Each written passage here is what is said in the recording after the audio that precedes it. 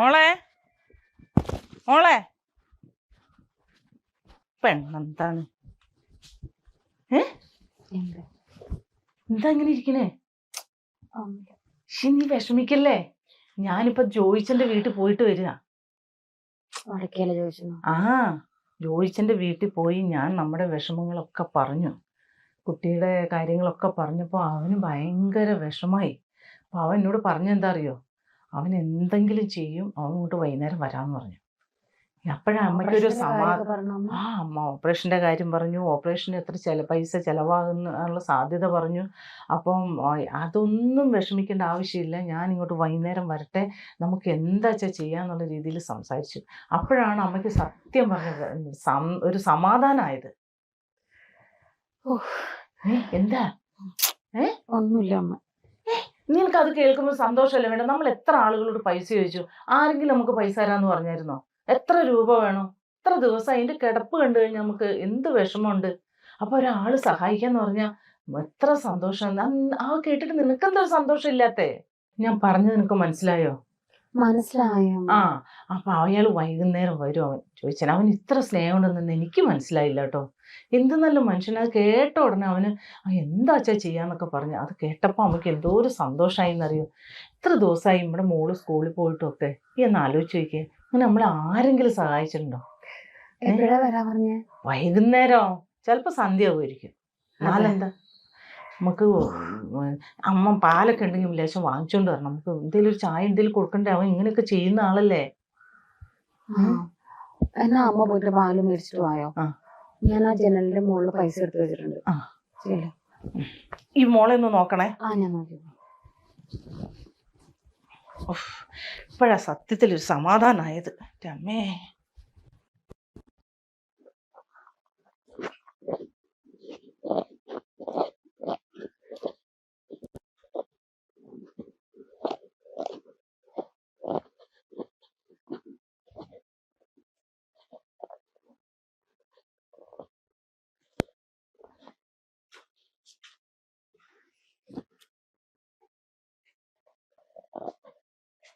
Osmo ചേച്ചി, ഓ ചേച്ചി ആളില്ലേ? ഏയ് എവിടെ? എന്താണ് ഇവിടെ? ഉമ്മർത്ത് ആരും കാണുന്നില്ല. വന്നല്ല സമയത്തിന് തന്നെ. ഇരിക്കി മോളെ. ജിൻസി എവിടെ? ഇവിടെ ഉണ്ട്. ജിൻസി, എന്തുണ്ട് വിശേഷം? ഞാൻ പറഞ്ഞില്ലേ അവൻ സമയത്തിന് വരുമെന്ന്. ജിൻസി, അമ്മ പറഞ്ഞിട്ടുണ്ടായിരുന്നു മോളുടെ വിഷയങ്ങളൊക്കെ. മോനെ, എന്നാ സർജറി ഫിക്സ് ചെയ്തിട്ടുണ്ടോ? അതോ 15-ാം തീയതി ഫിക്സ് ചെയ്തിട്ടുണ്ടല്ലേ? 2-3 ടെസ്റ്റ് ഒക്കെ ഉണ്ട്, അത് കഴിഞ്ഞിട്ട് ചെയ്യണമെന്നാ പറഞ്ഞിട്ടുള്ളത്. അതെ. അമ്മ പറഞ്ഞു വിഷയങ്ങളൊക്കെ. എന്തപ്പോ ചെയ്യാ, മാറിക്കോളും. നമുക്ക് അതിനെന്താ വെച്ചാ പരിഹാരം ഉണ്ടാക്കാം കേട്ടാ. അല്ല മോനത് പറഞ്ഞതാണ് ഇപ്പൊ ഞങ്ങൾക്ക് ആകെ ഒരു ആശ്വാസമായിട്ടിരിക്കുന്നത്. ഞാൻ മാത്രല്ല, നമ്മുടെ പരിസരത്തൊക്കെ ഇനി ആളുകളുണ്ടല്ലോ, അവരൊക്കെ നമ്മളെ സുഹൃത്തുക്കൾ, വേണ്ടപ്പെട്ടവരൊക്കെ അല്ലേ, ഹെൽപ്പ് ചെയ്യാതിരിക്കില്ല. അല്ല, കുട്ടി എങ്ങനെയാലും ഒന്ന് സ്കൂളിൽ പോണ കണ്ടാ മതി. മോളിപ്പോ എത്രയിലാ പഠിക്കണേ? 2-ാം ക്ലാസ്. അത് ഇവിടെ അടുത്ത് തന്നെയല്ലേ? നല്ല പഠിക്കുകയും ചെയ്യേ. പെട്ടെന്ന് അറിയാതെയല്ലേ ഇങ്ങനെയൊക്കെ വന്നത്. ചെറിയ കുട്ടിയല്ലേ.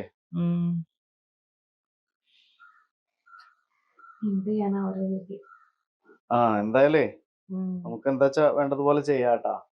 ഞാനെന്നാ നല്ല ഇറങ്ങിയാലോ? അല്ല, ചായ കുടിച്ചിട്ട്. ചായ വേണോ? ചായ ഒന്നും വേണം. അല്ല, ഞാൻ ചായ ഉണ്ടാക്കി കൊണ്ടുവരാം. അല്ല വേണ്ട, നീ ഇവിടെ നിക്കേ.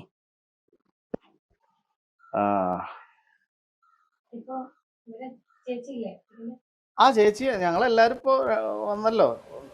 ഇനിയിപ്പോ ഒരു മാസം കഷ്ടി ഇവിടെ ഉണ്ടായിരിക്കും. അത് കഴിഞ്ഞാ പോവും.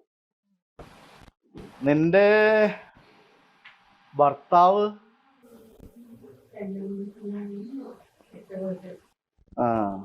എന്താണ് ഇപ്പൊ ആളിങ്ങനെ വിട്ടുപോവാൻ? നീ നല്ല സുന്ദരിയാണല്ലോ. ഇത്രയും സുന്ദരിയായിട്ടുള്ള ഒരു പെണ്ണിനെ വിട്ടിട്ട് ഒരാള് പോടോ? നീ കുട്ടിക്കാലത്ത് കണ്ട മാതിരി ഒന്നല്ല, ആകെ അങ്ങോട്ട് മാറി. അന്ന് ഇത്ര നിറമൊന്നും ഉണ്ടായിരുന്നില്ല, ഇപ്പൊ നല്ല നിറമൊക്കെ വെച്ചു. ഞാനെന്നാണെങ്കിൽ ഇതുപോലൊരു സുന്ദരീനെ ഒരിക്കലും ഇട്ടിട്ട് പോവില്ല. അയാള് വിളിക്കാറില്ല? ഇല്ല, കുട്ടിക്ക് ഇങ്ങനെ അസുഖമായതിനു ശേഷം ഒരു പ്രാവശ്യം വിളിച്ചിട്ടുണ്ട്. ഉഫ്, ഒരു മണ്ടൻ തന്നെയാണല്ലോ അയാള്. നിന്നെയൊക്കെ പോലത്തെ ഒരാളെ ഇട്ടിട്ട് പോവാന്ന് പറഞ്ഞു കഴിഞ്ഞാലല്ലേ. നീ നിക്ക്, ചായ അമ്മ എടുക്കാൻ പോയിട്ടുണ്ടല്ലോ. ആയിക്കോട്ടെ, എന്തായാലും നമുക്ക് വേണ്ടത് ചെയ്യാം കേട്ടാ. ജോയിച്ചൻ കൂടെ ഉണ്ടായിരിക്കും. ആ മോനെ ചായ. ആ ശരി.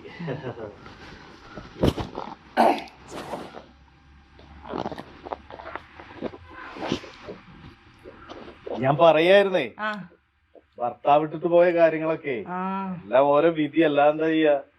ഇപ്പോഴത്തെ കാലത്ത് ആരും വിശ്വസിക്കാൻ പറ്റില്ലല്ലോ. അതല്ലേ പറയണ. ഓരോ ആൾക്കാരും ഓരോ തരക്കാരാണ്, ഓരോ സ്വഭാവക്കാരാണ്.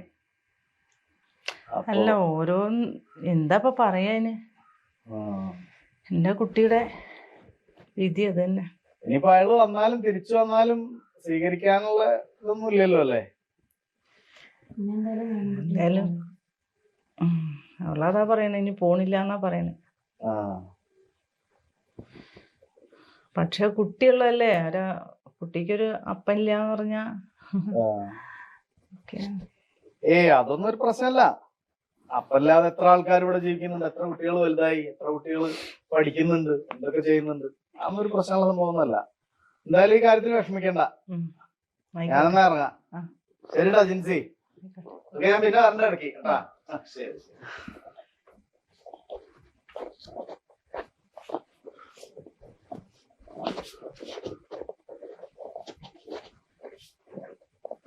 എന്തൊരു നല്ല മനുഷ്യനല്ലേ.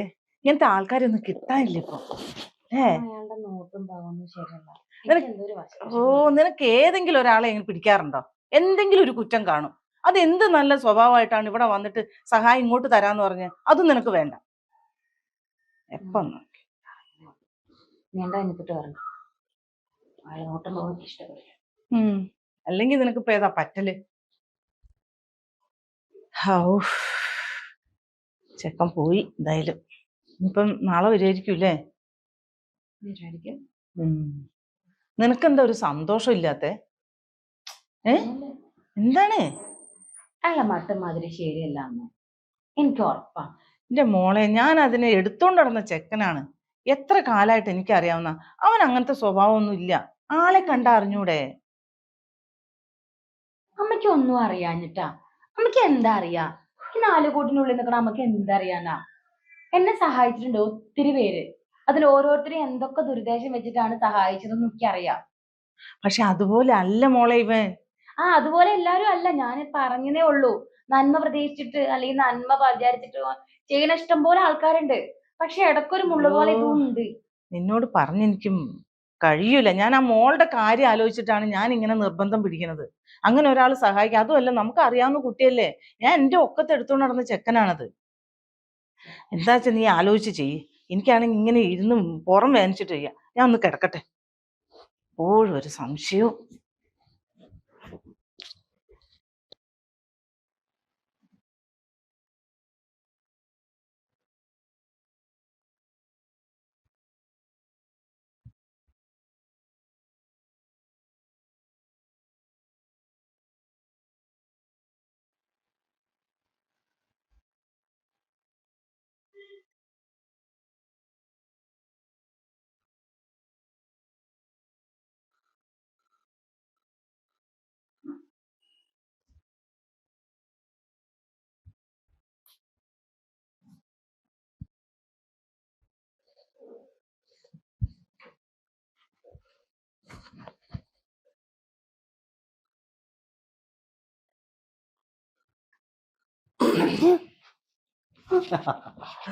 ജിൻസി നല്ല ഉറക്കത്തിലായിരുന്നു തോന്നുന്നു. ജിൻസി എന്താ പേടിച്ചോ? നിങ്ങൾ എന്താ ഇവിടെ? ഞാൻ പിന്നെ ഇവിടെ ഇല്ലാതെ ഇവിടെ. ഞാൻ പുറത്ത് വന്ന് നോക്കിയപ്പോ സിറ്റ് ഔട്ടിലൊന്നും ആരുമില്ല. അമ്മയുടെ അമ്മ പുറത്തെ തൊഴിലുറപ്പിന് പോയിക്കാം. എനിക്ക് തോന്നി. വാതില് തുറന്നു കിടക്കുന്നുണ്ട്. അപ്പൊ ഉള്ളിൽ കയറി നോക്കിയപ്പോ ജിൻസിയുടെ മനോഹരമായ രൂപം. നിങ്ങൾ പുറത്തേക്ക് ഇറങ്ങണം. ഞാനെന്തിനാ പുറത്തേക്ക് ഇറങ്ങുന്നത്? ഇവിടെ ഞാൻ എൻ്റെ മോള് മാത്രമേ ഉള്ളൂ. നിങ്ങളിപ്പോൾ തൽക്കാലം പുറത്തേക്ക് ഇറങ്ങും. ഞാനെന്തിനാ പുറത്തേക്ക് ഇറങ്ങുന്നത്? നമുക്ക് കുറച്ചു നേരം ഇവിടെ ഇരുന്ന് സംസാരിച്ചൂടെ? ജിൻസിക്ക് എന്തോ ഒരു പരിഭവം ഉണ്ടല്ലോ എന്നോട്. എനിക്ക് ആരോടും പരിഭവമൊന്നുമില്ല. നിങ്ങളൊന്നും ഇറങ്ങുമോ? നീ ഇരിക്കടൂ, ഇരിക്കി. എന്താ നിന്റെ പ്രശ്നം? നീ പെട്ടെന്ന് ഉറക്കത്തുനിന്ന് എണീറ്റപ്പോഴേ എന്തോ ഒരു പ്രശ്നം. എനിക്കൊരു പ്രശ്നമില്ല. നിങ്ങളൊന്നും പോവുമോ? ആരെങ്കിലും വന്ന് കണ്ട ഇനി അത് മതി. ആരെങ്കിലും വന്ന് കണ്ടാലെന്താ? ഞാനിവിടെ അടുത്തുള്ള ആളല്ലേ, നമ്മൾ അയൽവാസികളല്ലേ. നിന്റെ മോളെവിടെ? ഉറങ്ങിയോ?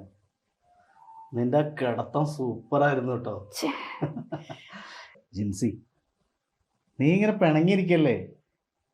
എനിക്ക് സ്വാതന്ത്ര്യം ഉള്ളതുകൊണ്ടല്ലേ ഞാൻ ഇങ്ങോട്ട് കയറി വന്നത്. ഞാൻ അന്യനൊന്നും അല്ലല്ലോ. പിന്നെ മോളുടെ ചികിത്സക്ക് എല്ലാ ചെലവും ഈ ജോയിച്ചം വഹിച്ചോളാം. വേറെന്താ നിനക്ക് വേണ്ടത്? എനിക്കൊന്നും വേണ്ട. നിങ്ങളൊന്ന് പോയി വീട്ടിൽ നിന്ന്. നീ എന്താ ഇങ്ങനെയൊക്കെ? ഞാൻ അതിനെന്താ പറഞ്ഞത്? നിന്നെ സഹായിക്കാന്നല്ലേ പറഞ്ഞുള്ളൂ. സഹായം? നിങ്ങളുടെ ഈ സഹായവും പറച്ചിലൊക്കെ എന്താന്ന് എനിക്ക് നല്ല മനസ്സിലായിട്ടുണ്ട്. തൽക്കാലം നിങ്ങൾ എന്റെ വീട്ടിൽ നിന്ന് ഇറങ്ങാൻ നോക്ക്. നീ ഒന്ന് അടങ്ങ്. നിങ്ങളെപ്പോലെയുള്ള സ്വഭാവക്കാരൊരു കാര്യം മനസ്സിലാക്കണം. നീ എല്ലാ പെണ്ണുങ്ങളും ഒരേപോലെ ആവില്ല കേട്ടാ. എടോ, നിനക്ക് വെറുതെ തെറ്റിദ്ധരിക്കുന്നതാണ് നീ. എന്റെ ഒരു തെറ്റിദ്ധാരണയല്ല. ഒന്നില്ലേ, എന്റെ കുഞ്ഞിന് തീരെ വയ്യാത്തല്ലേ. നിങ്ങൾ എന്നെ ചെറുപ്പം മുതലേ കാണുന്ന ആളല്ലേ. നിങ്ങൾ എന്ത് മനുഷ്യനാ. അതുകൊണ്ടല്ലേ മോളെ ഞാൻ പറഞ്ഞത്, ഞാൻ എന്ത് വേണമെങ്കിലും സഹായിക്കാം. നിങ്ങൾ ഒന്നും ചെയ്യണ്ട. നിങ്ങളൊന്ന് പോയി തന്നാൽ മതി. നിങ്ങളുടെ ഒരു സഹായം എനിക്ക് വേണ്ട. നിങ്ങൾ വിചാരിക്കുന്ന ആളല്ല ഞാൻ. ഞാൻ വേറെ ഒന്നും ഉദ്ദേശിക്കുന്നില്ല. നിനക്ക് മാസം ഒരു 10,000 രൂപ ഞാൻ അയച്ചു തരാം. മോളെ ജിൻസി, നീ ഒന്ന് സ്വസ്ഥമായിട്ട് ആലോചിച്ചു നോക്ക്. ഞാൻ ഒരൊറ്റ കാര്യം മാത്രമേ പറയുന്നുള്ളൂ. ഞാൻ എപ്പോഴെങ്കിലുമൊക്കെ വീഡിയോ കോൾ ചെയ്യുമ്പോൾ നീ ഒന്ന് കോൾ അറ്റൻഡ് ചെയ്താൽ മാത്രം മതി. നിനക്ക് എന്താവശ്യം ഉണ്ടെങ്കിലും അത് ഞാൻ ചെയ്തു തരും. നേരത്തെ പറഞ്ഞ പോലെ 10,000 രൂപ മാസം തരും. മോളുടെ എല്ലാ ചെലവും വഹിക്കും. ഞാനിപ്പോ പോവാ. പക്ഷെ മോള് സ്വസ്ഥമായിട്ടൊന്ന് ആലോചിക്കും. എനിക്ക് ഒരാലോചന ഇല്ല. നിന്നെ പോലെയുള്ള അമ്മമാരുടെ പ്ലാൻ അവരുടെ മനസ്സിലൊക്കെ എന്താണെന്ന് എനിക്കറിയാം. ഞങ്ങളെപ്പോലുള്ള അമ്മമാരെ ചൂഷണം ചെയ്യാനായിട്ട് നിങ്ങളെപ്പോലെ ആൾക്കാർ വരുന്നു ഞങ്ങൾക്കറിയാം. പക്ഷെ ഇതിനൊക്കെ ഉപരി ഞങ്ങൾക്ക് ഞങ്ങളുടെ മക്കളും ഞങ്ങൾക്ക് ഞങ്ങളുടെ ഭർത്താക്കന്മാരെ വലുത്. ഇറങ്ങിപ്പോടാ എന്റെ വീട്ടിൽ നിന്ന്. ഇതൊക്കെ ഇപ്പോഴത്തെ ദേഷ്യത്തിന് തോന്നാ മോളെ. സ്വസ്ഥമായിട്ട് ആലോചിക്കും. എന്ത് വേണമെങ്കിലും നിന്റെ ലൈഫ് മാറ്റി മറിക്കും. നീ എന്റെ ലൈഫ് മാറ്റി മറിക്കണ്ട. ഇപ്പോഴുള്ള എന്റെ ഈ ലൈഫ് തന്നെ മതി. നാണം കിട്ട് നിന്റെ കൂടെ ഒഴിഞ്ഞാടി നടക്കാനേ നിന്റെ വീട്ടിലെ പെണ്ണല്ല ഞാൻ. ഒഴിഞ്ഞാടി നടക്കണ്ട. ഞാൻ പറഞ്ഞില്ലേ, വീഡിയോ കോൾ മാത്രം മതി. നിന്റെ തന്തയോട് പോയി പറ. ഇറങ്ങിപ്പോടാ കുടുംബത്തിൽ നിന്ന്. എന്നെ തല്ലിയിറക്കരുത്. പണ്ട് എന്റെ വീട്ടിൽ നിന്ന് നീയും തിന്നുകൊണ്ടാ. അങ്ങനെ തല്ലിയിറക്കാനൊക്കെ പറ്റുമോ? നീ ഒരു പെണ്ണല്ലേ. അത് നിന്റെ തോന്നല് മാത്ര. പെണ്ണാണോ അല്ലേ എന്നുള്ളത്.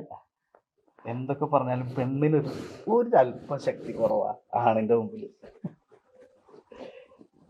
എന്തേ, ശരിയല്ലേ? ഇറങ്ങടാ. എജായപ്പോ പോവാ. പക്ഷെ മോള് സ്വസ്ഥമായിട്ട് ആലോചിച്ചോ. Video call.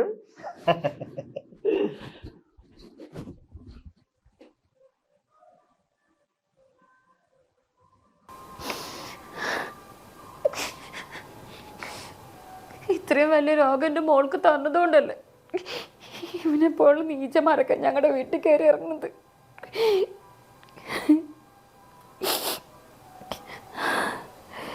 ഇങ്ങനെയൊക്കെ നശിച്ച് ജീവിക്കണേക്കാളും നല്ലതേ തൂങ്ങിച്ചാവണതാ.